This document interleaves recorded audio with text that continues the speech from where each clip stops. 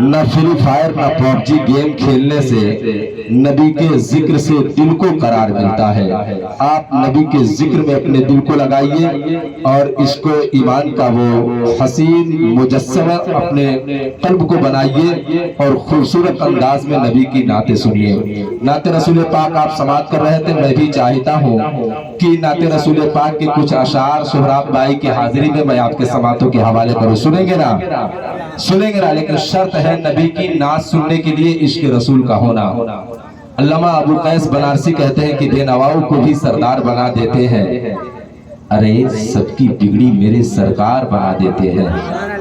علامہ ابو قیس بنارسی کہتے ہیں بے نواؤں کو بھی سردار بنا دیتے ہیں، سب کی بگڑی میرے سرکار بنا دیتے ہیں، اور اختیار ایسا عطا رب نے کیا ہے ان کو، ارے جسے جب چاہیں وہ مختار بنا دیتے ہیں۔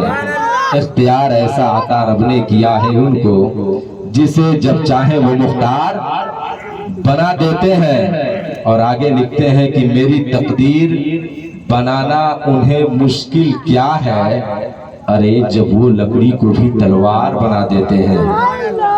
اور کہتے ہیں قیس یوں نعت تو پڑھتا ہے تسلی کے لیے، درد غم جب مجھے لاچار بنا دیتے ہیں۔ قیس یوں نعت تو پڑھتا ہے تسلی کے لیے، درد غم جب مجھے لاچار بنا دیتے ہیں۔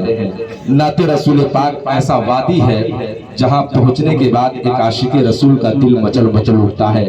ایک عاشق رسول کے سامنے نبی کی نعت پڑھی جائے، وہ آواز کو نہیں دیکھتا ہے، مائک کو نہیں دیکھتا ہے، ماحول کو نہیں دیکھتا ہے، بلکہ نبی کی نعت سن کر کے وہ مچل جاتا ہے۔ سبحان اللہ۔ آئیے نبی کے عشق کا گوہر بنائیے اور ایک مرتبہ درود پاک کے نذرانہ محبت کو پیش کیجیے۔ پڑھے باواز بلند اللہم صلی علی صلو علیہ صلاۃ و سلام علیک یا سیدی یا حبیبی یا رسول اللہ صلی اللہ علیہ وسلم۔ سنیں گے نا کہ گلشن ہے لاجواب، نہ صحرا ہے لاجواب، گلشن ہے لاجواب، نہ صحرا ہے لاجواب، گلشن ہے لاجواب، نہ صحرا ہے لاجواب، کہ گلشن ہے لاجواب۔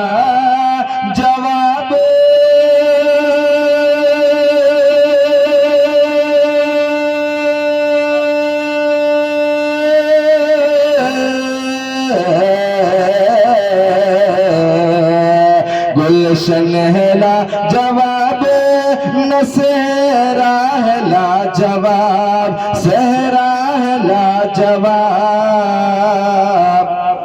ارے خاک در رسول کا ذرہ ہے لاجواب، خاک در رسول کا ذرہ ہے لاجواب، گلشن ہے لاجواب، نہ صحرا ہے لاجواب۔ اب ایک شعر علی جناب سہراب بھائی کی طرف سے۔